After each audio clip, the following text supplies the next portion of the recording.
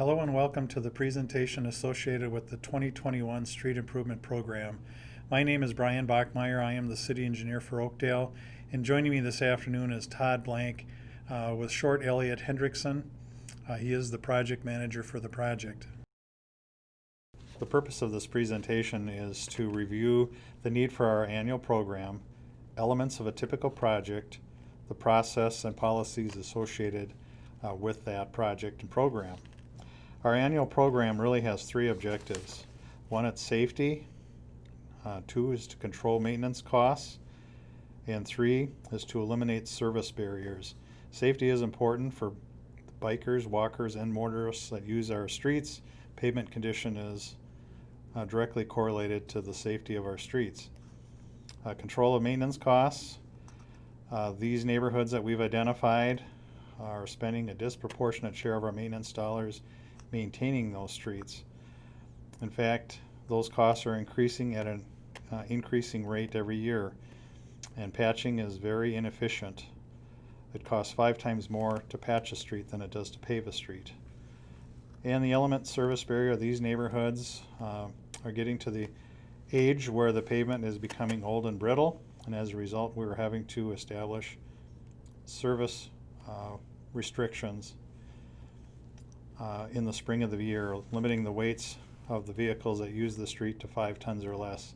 So if you have work that needs to be done on your home by contractors or materials delivered, there is a chance those materials will not be able to be delivered in the spring of the year due to the weight restrictions. The City of Oakdale does have a pavement management program where every year we go out and rate our streets, and we rank them on a scale of 1 to 100 to determine those areas where we have poor pavement conditions. These neighborhoods that we've identified for 2021 have very poor to poor pavement conditions. So we have an annual program where we do about anywhere from 2 to 3 miles a year of street reconstruction.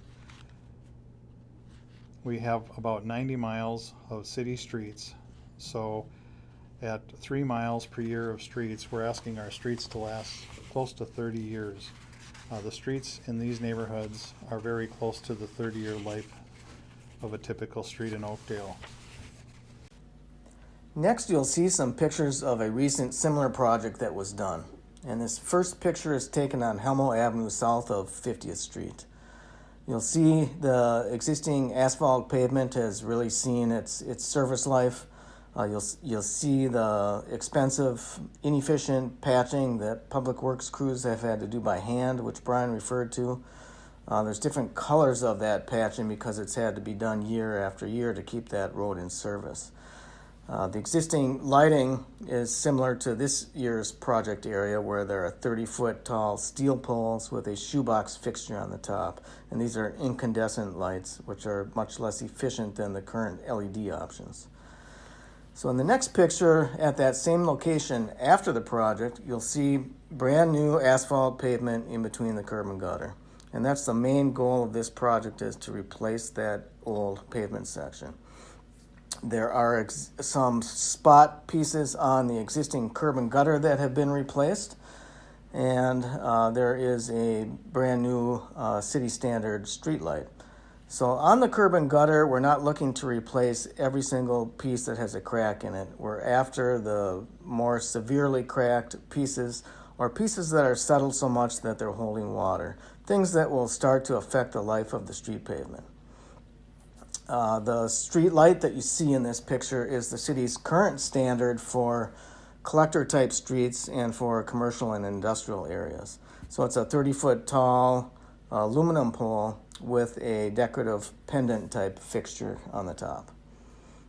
The next picture is taken in a residential area along Holly Avenue, and same type of street pavement that has really seen its life, severe cracking, areas of patching that have been done by hand.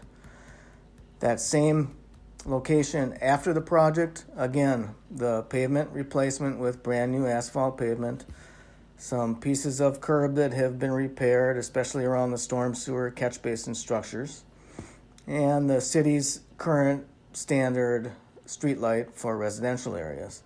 This street light is a concrete pole with a decorative acorn type fixture on the top. It's about 13 feet tall, and again, this is an LED light.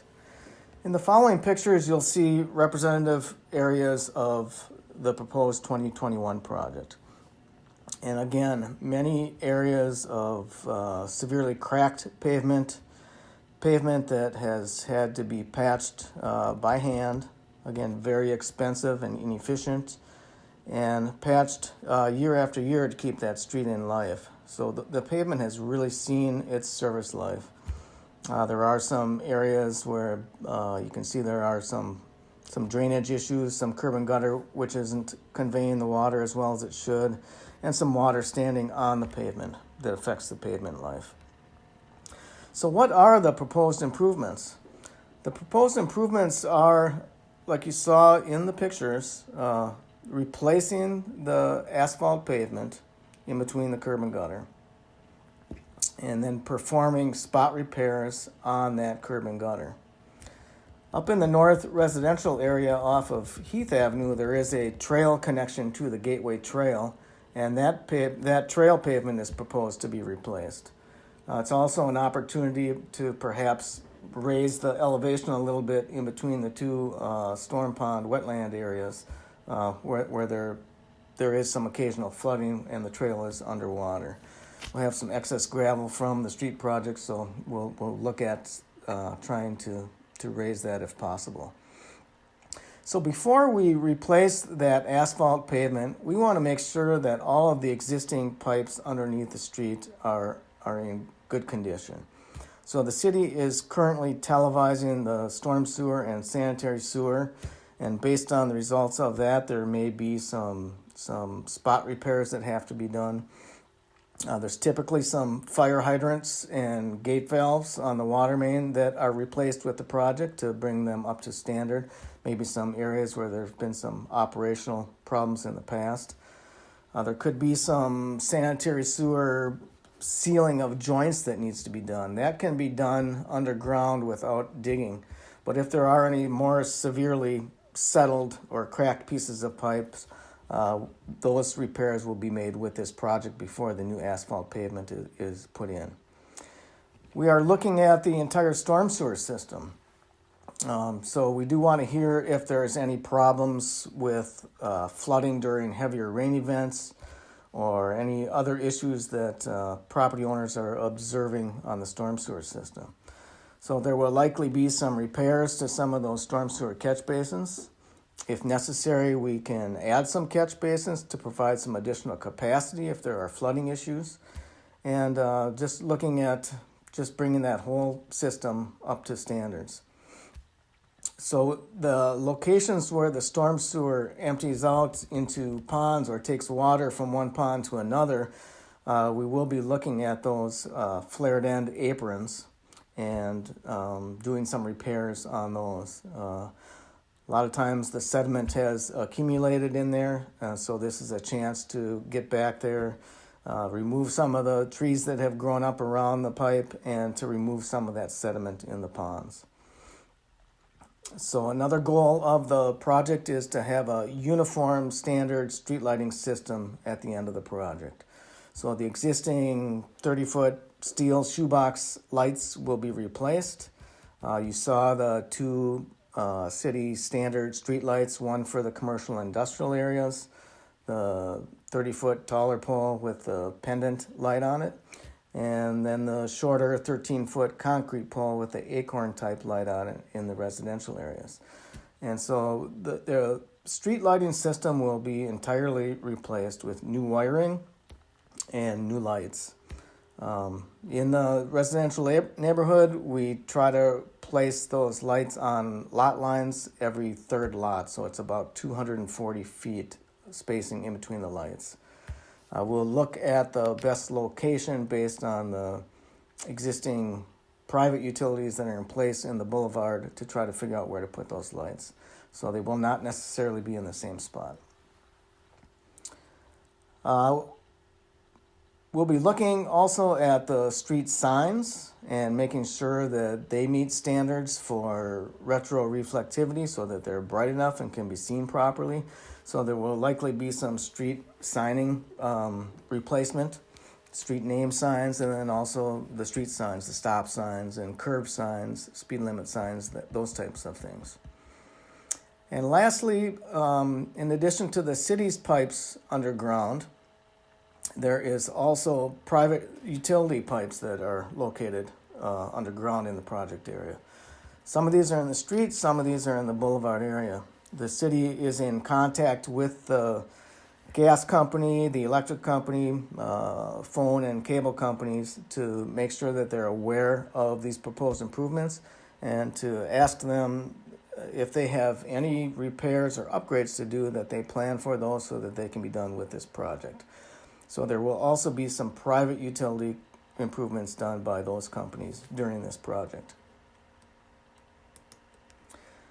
What will you expect to see during construction?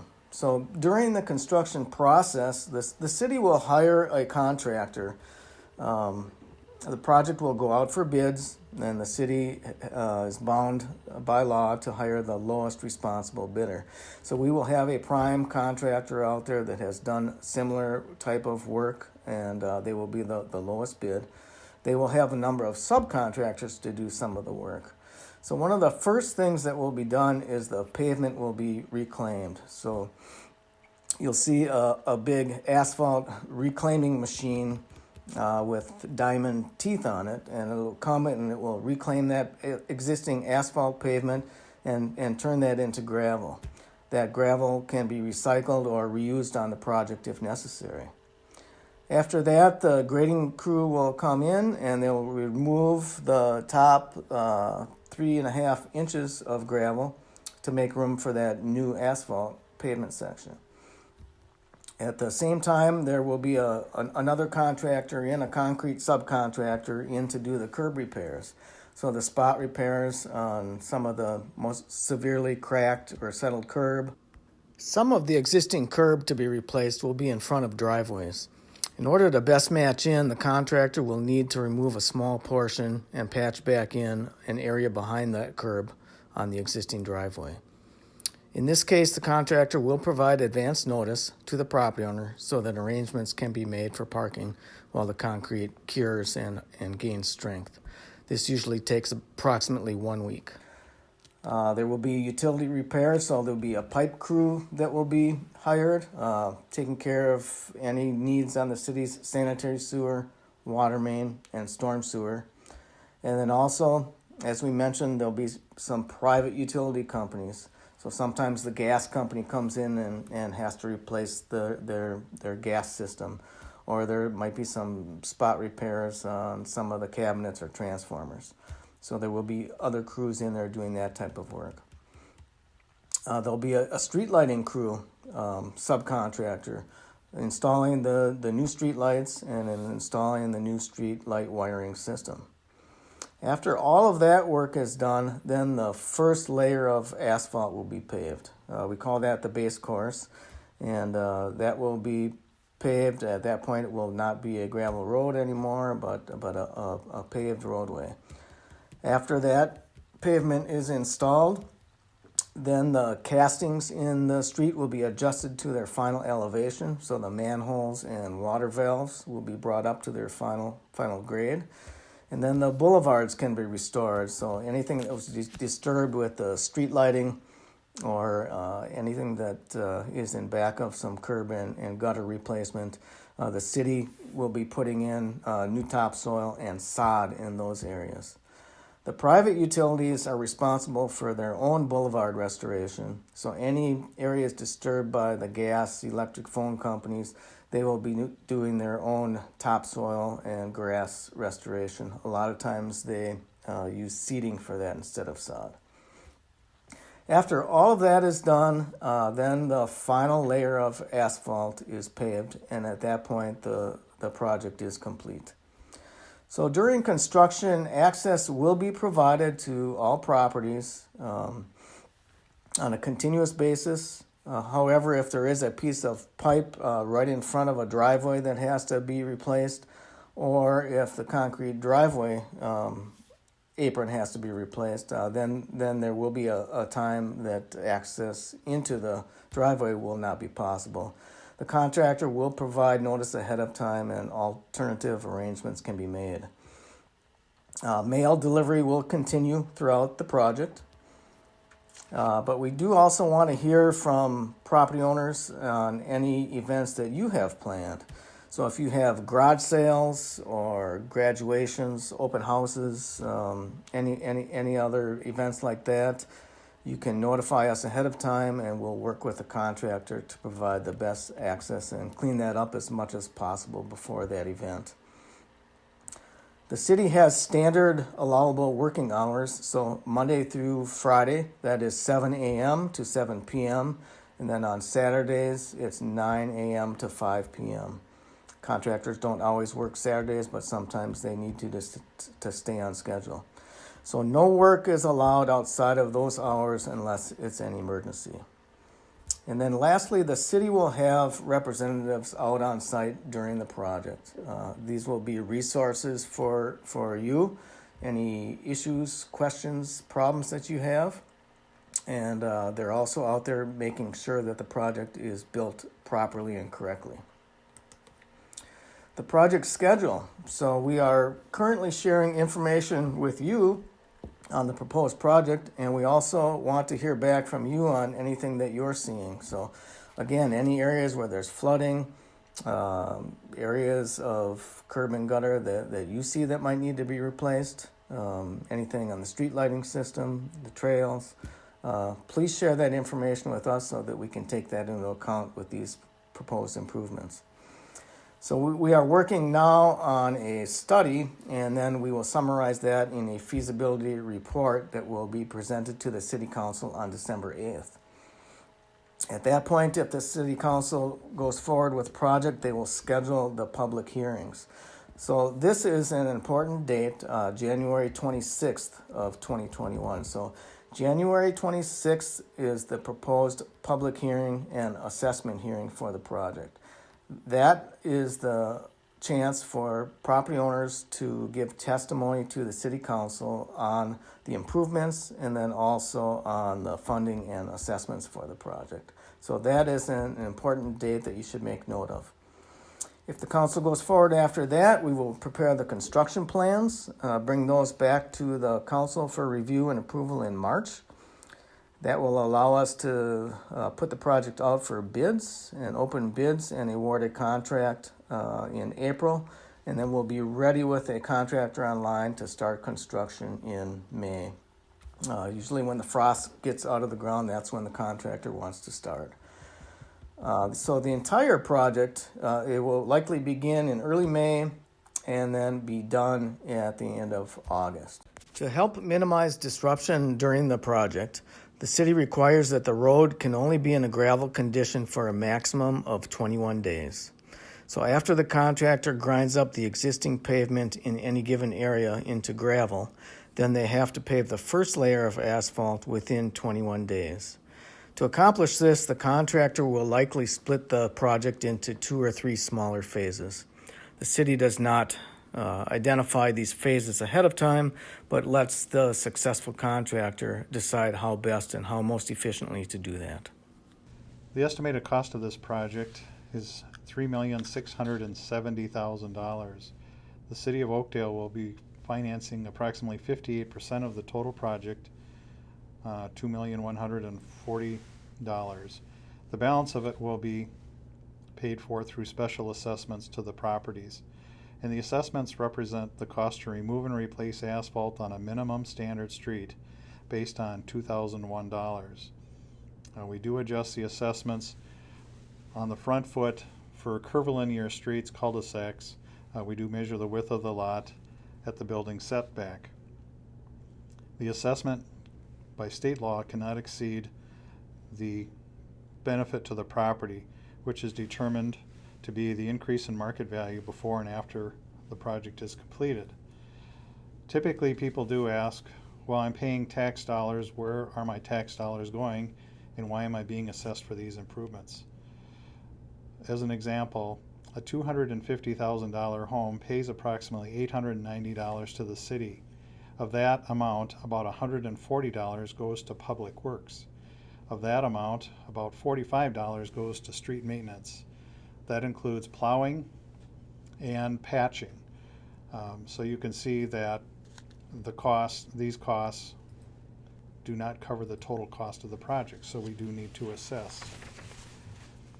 The special assessment is defined as a loan that's spread over a 10-year period at a 4% interest rate beginning October 15th of 2021. You do have the opportunity to prepay without interest until October 15th of 2021.